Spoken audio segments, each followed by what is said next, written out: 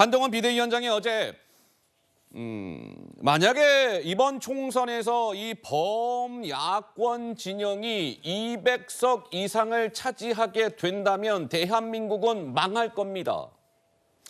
아까도 야권 관계자가 200명 이상 들어갈 의원총회장이 있을지 걱정입니다. 이런 발언이 나왔는데 그러한 발언을 염두에 둔 듯 한동훈 비대위원장은 범야권이 200석 이상을 차지하게 되면 대한민국은 망할 겁니다라고 하면서 셀프 사면을 이야기했습니다. 이렇게요. 들어보시죠. 지금 범죄자들을 막지 못하면 우리 정말 후회할 겁니다. 200석을 가지고 그냥 대통령 탄핵만 할 것 같습니까? 우리가 에이 설마라고 하던 걸 실제로 할 수 있는 사람들입니다. 그렇기 때문에 위험한 것이고 이재명 조국의 친위대 같은 200명입니다. 다른 어떤 대화도 통하지 않을 거예요. 훨씬 더 무시무시한 일이 벌어질 겁니다.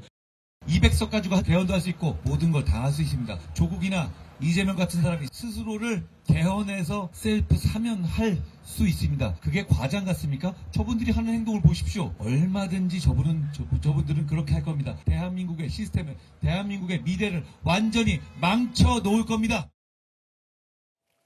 자, 한동훈 비대위원장은 200석 이상을 야권이 차지하게 된다면 이재명 대표나 조국 대표가 아마 스스로 셀프 사면을 할 겁니다. 개헌을 해서요, 헌법을 고쳐서라도 이재명, 조국 이 두 대표는 스스로 죄를 사하노라 셀프 사면을 할 겁니다. 이렇게 한동훈 비대위원장이 지금 조금 전에 들으신 저 장소뿐만 아니라 어제 이곳, 저곳을 다니면서 저 이야기를 매우 여러 차례 했습니다.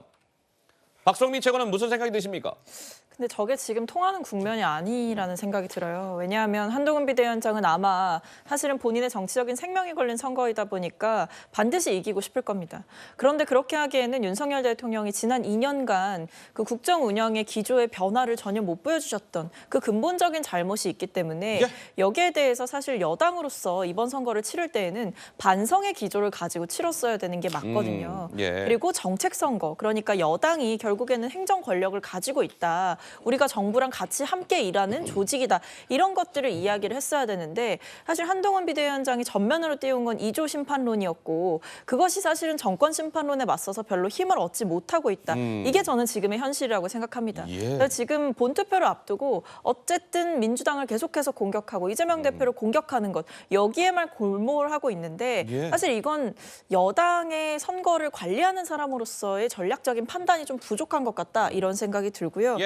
사실은 이번에 마지막에 나왔어야 되는 건 일단 대통령이 이 국정 기조를 변화할 수 있도록 따끔하게 얘기하겠다. 수직적 당정 관계 내가 청산하겠다. 이 얘기를 했어야 되는데 그 부분에 대한 메시지가 없어서 유권자들 입장에서는 딱히 귀담아 들을 만한 내용은 아니라고 생각합니다.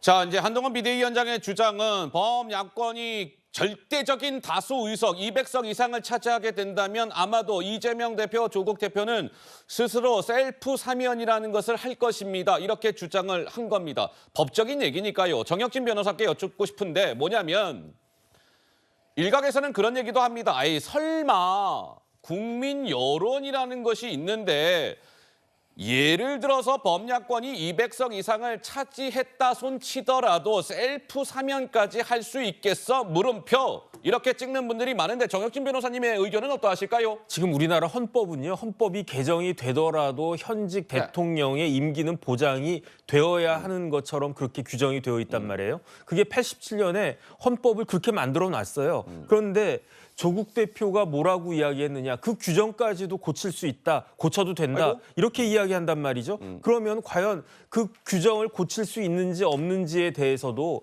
논란이 많이 있을 것 같다. 저는 그런 생각이 들고요.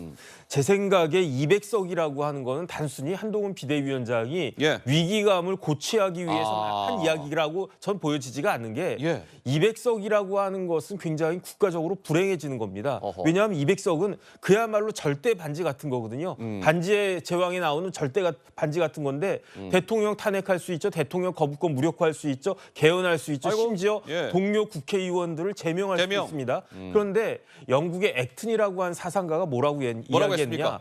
권력은 부패한다. 그런데 절대적인 권력은 절대적으로 부패한다고 그랬어요. 이런 절대 반지를 가지면은 어느 당이든지 간에 절대적으로 부패할 수밖에 없습니다. 대표적인 게 어디입니까? 지난번 그 문재인 정권에서 저 대통령 대통령이 문재인 대통령이었는데 민주당이 집권당이었는데 의석이 몇 석이었습니까? 180석이었잖아요. 예. 그 180석까지 민주당이 어떤 행동을 갖다가 했고 어떤 식으로 국정을 갖다가 했는가. 그렇게 해가지고 그 결과 윤석열 후보한테 검찰총장 출신의 정치 경험이 일천한 윤석열 후보한테도 정권을 뺏길 정도로 그렇게 난맥상 있지 않았습니까? 저는 개인적으로는요. 국민의힘이 200석을 넘게 갖는 것도 그것도 반대하는 거고 민주당이나 뭐 범야권에서 200석을 넘게 가져가는 것도 양쪽 다 국가에게 불행한 것이다라고 저는 개인적으로 생각을 하고 네. 이런 부분들에 대해서 우리 유권자들이 아주 현명하게 지금까지 늘 그래 왔듯이 네. 현명한 결과 있을 것이다 생각합니다.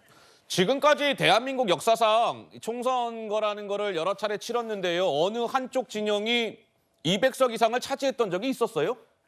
역사적으로? 아직은 없죠.